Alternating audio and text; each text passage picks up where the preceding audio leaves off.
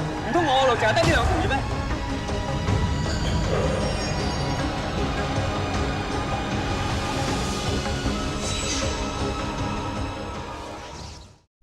？Hi, welcome to the Silver Spleen. My name is Troy Aikman, and this is my review of Turning Point 1 and 2. Yes, a double feature, because it's the easiest thing to do. The Turning Point movies were based on a television show on TVB. Part 1 had some good things going for it. Shaw Brothers, directed by Herman Yao, Anthony Wong, Francis Eric Zhang. Where do I sit? This film is an old t-shirt that's conformed itself to you through repeated wearing. It's comfortable and worn in, and it feels utterly familiar. Turning Point is a story about an undercover cop who is also an undercover triad, who may be betrayed by the cops, or may be betrayed by the triads. He's not sure which side to choose. People want to kill him. His girlfriend loves him. She's a university student, a good girl. She doesn't know that he's a cop. Does it sound familiar? It should.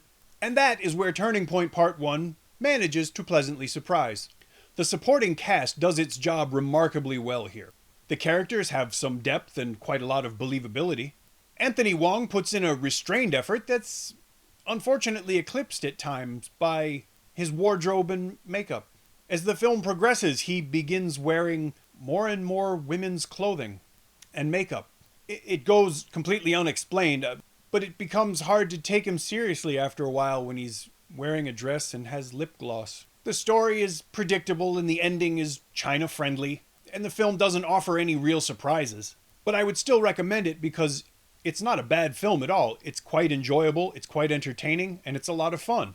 It reminds you of the good old days while offering you some new twists, like lip gloss. And now, on to part 2. I love Herman Yao. I don't mean in like a literal way. I mean, I love the work that he does. He can make movies that are better than they should be. When you look at the cast, when you look at the story, when you look at the budget, you think, but he can do it. And he does. The second installment of Laughing Gore has Kate Choi and Janice Mann. I'd like to be the white meat in that love sandwich. Wai Ying-hung also has a small role in the movie, so I was sold there too. I know what Liu Kai-chi is thinking. Laughing Gore is in prison, but he's gone there as part of his undercover work because he's there to help catch someone who's not in that prison. Laughing Gore is also serving time with Francis who's not the same character he was in the first movie, but it's a small town, isn't it? Francis plays a psychologist, who, although convicted on major narcotics charges, is still allowed to conduct his practice in the prison. What do you mean, tell you about my mother? The movie also has Burmese drug dealers, bereaved widows, corrupt cops and politicians, and footage of Lam Suet eating that's worse than anything you would ever see in Yanyok Chasubao. You get to see Kate Choi enacting emotional trauma as some sort of manifestation of low-function developmental disability. This movie also gives you Janice Mann babbling about some weird existentialist materialism as an excuse for leaving the police force. She apparently hasn't lived enough yet because she hasn't gone shopping in Japan. I had hoped to really like part 2 since I had enjoyed part 1. Wasn't to be. I guess if you've watched the TV show and you really like the first movie, maybe you'd like the second part, but I can't say that I did. I was disappointed and I felt bad. Now if you want to watch this movie, go ahead. I mean, it's a free country, at least till 2046. But if you do that, buy it.